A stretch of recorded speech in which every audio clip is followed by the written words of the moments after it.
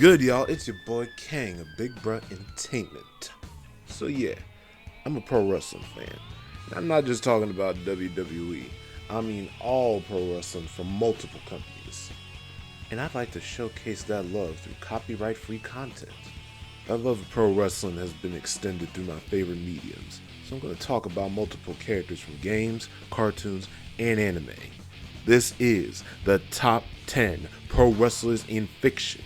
I'm only choosing one character per franchise and or series. Realistically, I only need one character to represent pro wrestling in their respective franchise. Second rule, I'm not going over stuff strictly pro wrestling, nor am I going for something that has wrestling guest stars. That would be so damn boring. But without further delay, let's get ready to rumble! A los nuevos luchadores, Nacho y Esqueleto.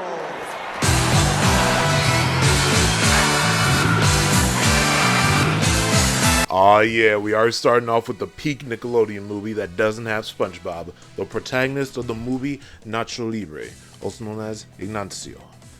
This movie being phenomenal alone, Jack Black really brings out the heart of the character along with the goofiness of him. Ignio is an orphan turned cook at the Oaxaca Monastery Orphanage. He dreams of becoming a luchador, but is forbidden by the church as wrestling is viewed as a sin. So, Ignio dons a mask and a new persona, not only to achieve his dream, but to compete for money to buy better food for the orphans. Although not the best wrestler, Nacho has a burning passion of a true luchador. Even with his personal flaws, he has a true heart of a pro wrestler.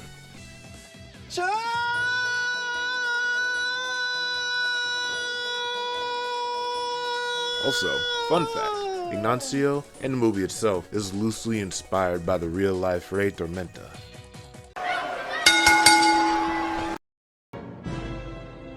Bane, please remember me, Mr. Wayne. This man needs no introduction. Or does he? DC media outside of comics really doesn't know how to portray this man outside of being a hired muscle. Regardless, Bane is simply put him. He has shown why he at times has proven to be one of Batman's most cunning opponents on multiple occasions. Despite how he's portrayed in most media, Bane has shown to be a very tactical and militant villain, or anti-hero, depending on how people write him. He has a might makes right mentality, feeling only the strong should lead the weak, and his quest for power is absolute, destroying anyone or anything that gets in his way. Oh yeah, he also dons a luchador mask and pulls out wrestling moves from time to time when facing his opponents. Whew, that was close. Almost forgot I was talking about wrestling. Next entry.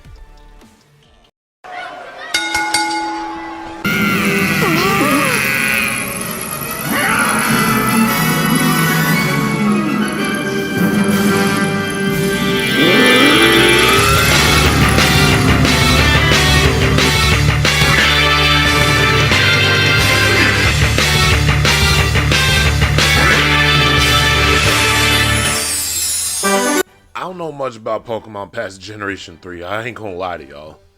And all my knowledge of Incineroar comes from how he plays in Smash Ultimate. So with all that being said, yeah, obligatory Artiste TV cameo. Are you talking about Incineroar and its wrestling inspirations? Oh my gosh, oh my gosh. Okay, so Incineroar is the final evolution of Litten of the Gen 7 starters. He's a fire dark type, and I understand from first appearance you would think, oh, why wouldn't he be firefighting? Oh, now you want a firefighting type. Well, listen here, he's not firefighting, he's fire dark, which is also a reference to heel wrestlers who act as the villains in showcases, and that's exactly what Incineroar does. Incineroar's Pokedexes are all about how he doesn't like picking on the weak, he wants a formidable challenge, and will even put on a big showcase. This guy plays the villain and he knows it, but he loves it. Incineroar is 5'11" and weighs about 138 pounds, which means he's a heavyweight wrestler. Did I get that right, King? Yes, you did. Even some of his moves are references or akin to wrestlers. You got the standard fighting type moves like Cross Chop and Bulk Up that will raise his stats, but in Gen 7, Incineroar got access to Throat Chop and its signature move, Darkest Lariat, which are actual names of real wrestling moves. Incineroar also gets access to moves like Low Sweep, Brutal Swing, Swagger, Body Slam, Nasty Plot, Revenge, and Fire Fang. And speaking of, he emits great heat and firepower from the inflamed belt around his waist, which also mimics the look of a wrestler's belt. And some would also say that Incineroar is a reference to Tiger Mask, one of the earliest animes that depicted a wrestler. And when he's in Smash, you can see him put on some more wrestling moves and such. So yeah, Incineroar is a wrestling heel fire tiger. Is that all you need from me? Yep, that's about it. So you're welcome. And he's the greatest.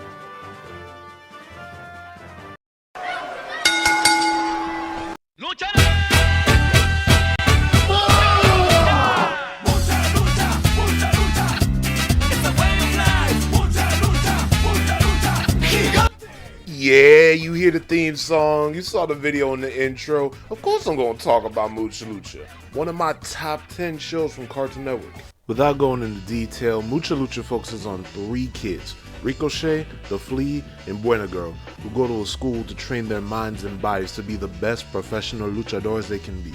That being said, among the 3 luchadors, I gotta give credit to Buena Girl. Although she does fall into the girl best friend trope with being the know-it-all, she does have qualities of a babyface pro wrestler. And for my non-wrestling fans, that means she's a hero. She believes in fighting fair, being the voice of reason, and strongly follows a code of mass wrestling.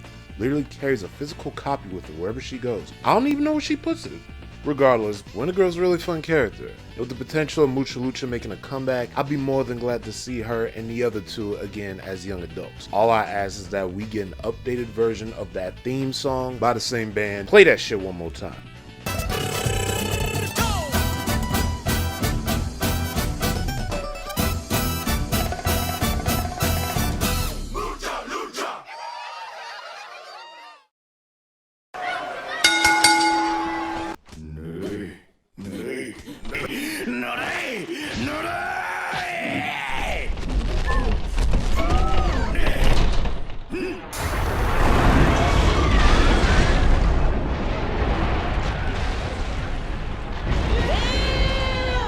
Okay, this is going to have to require some context, so bear with me here. Alright, so on April Fool's Day on Toonami, we get a special feature called Kickart, a crowdfunding anime short directed by Masaki Yuasa and animated by Production ID. If you don't know who Yuasa is, you probably saw Devilman Crybaby, and if you saw Devilman Crybaby, I am so sorry.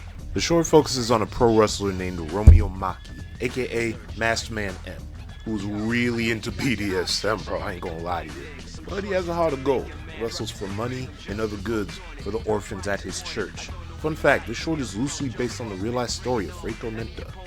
Although a pretty good wrestler himself who could have easily made this list, I gotta show some love to his opponent and love interest, Sister Juliet, aka Lady S. As a nun, Juliet seems to be a rather kind and gentle soul that has a bit of spice to her to stand out from her other sister. But as Lady S, she is fierce, donning a red, tight, full bodysuit, very similar to a dominatrix. She not only dominates the protagonist, Masked Man M, she has durability, strength, and skillful techniques of a pro wrestler. This works for her and our protagonist with the heavy themes of BDSM and hiding our true selves. It oddly intertwines well with pro wrestling. But come on, what kind of man would want a strong, dominant woman in tights to just wrap her powerful arms, legs around his body, restraining him? Yes, Father, what was that verse about temptation that you gave earlier at the service? I'm sorry about that. I forgot where I was. Let's go commercial before we, go do our top 5, the last top 5. Yeah. Hey there. You like my voice? You like what I do? Well, why don't you go and support me on Ko-fi or PayPal, if you'd be so kind to. And while you're at it, why don't you check out my other socials, such as my Twitter. That's the only social I really have. But anyways, take care and let's get back to the video. 消えるのはお前だザ・サード行けナオト男の根性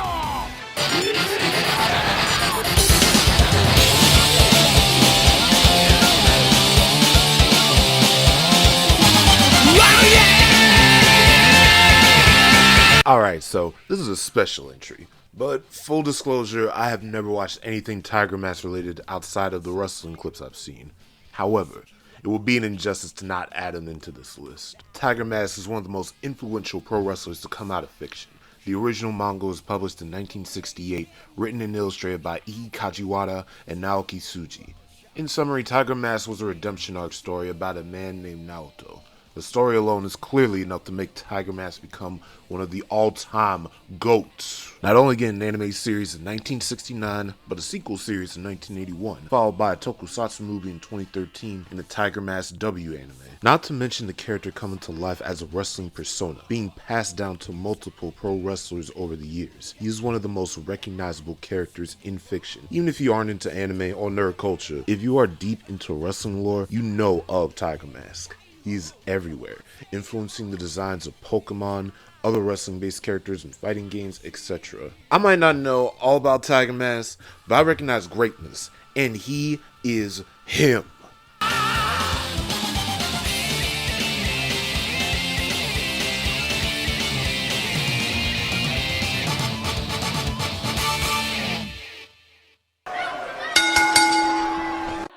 Get ready for the next battle. Section 8. New Challenger! King!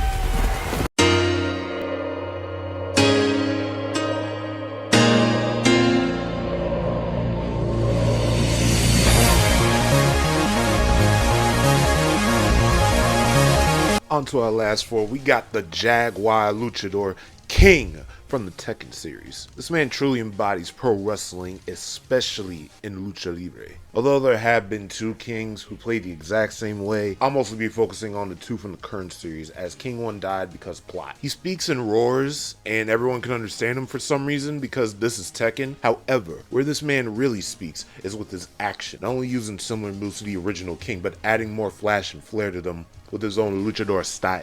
Although he has no real significance in the main plot of Tekken minus some fights with Jin, King 2 has his own rivals, being Armored King 2 and Marduk, who have their own category of issues that all intertwine with each other, and I personally don't feel like explaining all that in this video. But regardless, King 2 is an absolute beast and has his rightful place as number 4.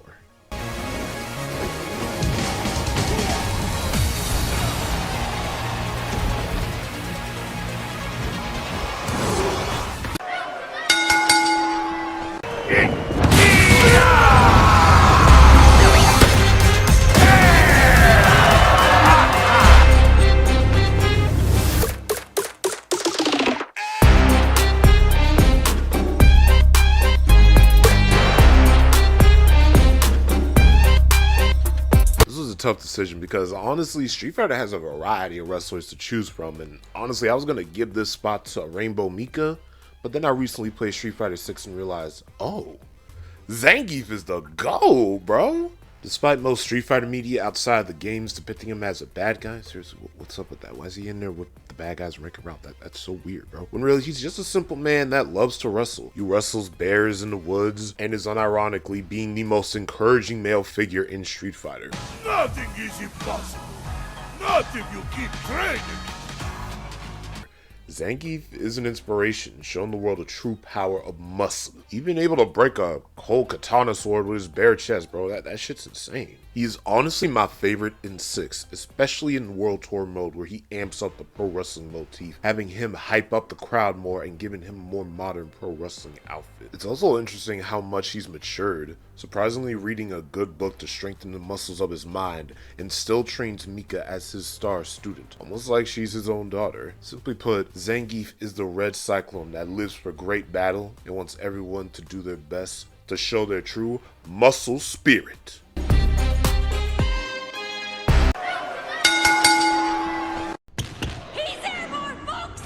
Pro wrestlers aren't just about punching and kicking. Pro wrestling is a three-dimensional fight.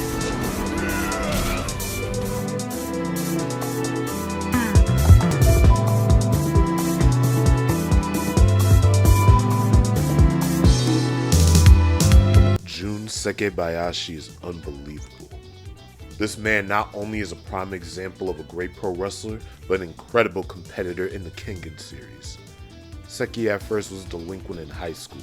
Pro wrestling pretty much put him on the straight and narrow, but more importantly gave him a purpose in life. Training his body to peak athletic performance, incorporating legitimate wrestling skills, terms, and codes, especially kayfabe, which for those who don't know, is an example of separating fiction from reality in pro wrestling, incorporating that into his fights with the sumo wrestler Kyozan and the assassin Luteba.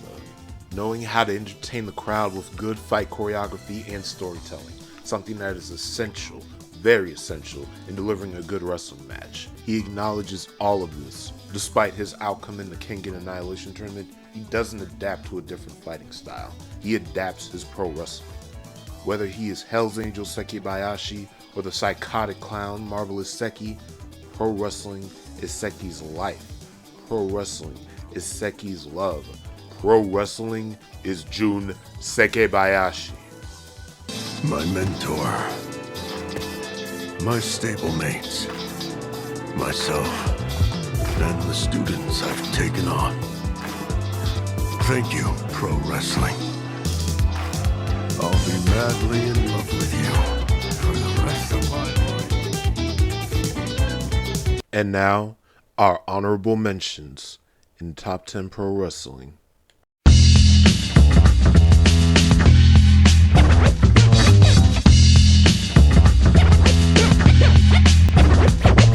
Check it out now. Yeah, check it out, yo. Yo, check it out now. Third strike, yo. Yo, I know you got your options, so pick the right thing. Some choices to make them, mad ruckus to bring them. Just hooked on it, dark bodies who want it. I don't know where you got your skills from, jump off it. Bring it on, any opponent or contender. No one can stop this with guns and objects. As far as I'm concerned, yo, it's only one topic. Joining street fighters from bare hands to toxic. You're an average warrior, I'll be the master. I can teach you how to fight and move faster. One false move, kid, that'd be disaster. I'll beat you endless and continue the day after. Street Fighter 3, that's right, the third chapter. This game's for real, no lies or no actors. Pick your character, don't wanna represent your life. You start with anybody, so make your choice right. Select to make your first pick. 10, 9, 8, 7, 6. Choose and pick the best one. 5, 4, 3, 2, 1. Select to make your first pick. 10, 9, 8, 7, 6. Choose and pick the best one. 5, 4, 3, 2, 1. Big bad boys from outer space. Get a body slam, the human race. Wrestlers race to our defense with strength and speed and flatulence. Kinnikuman has become my favorite anime to revisit. Yeah, most of us grew up with Ultimate Muscle, but Kinnikuman is where it all started. However, with all the Justice, Devil, and Perfect Children's in between, who's the one character that deserves the #1 spot? Terry Man, of course.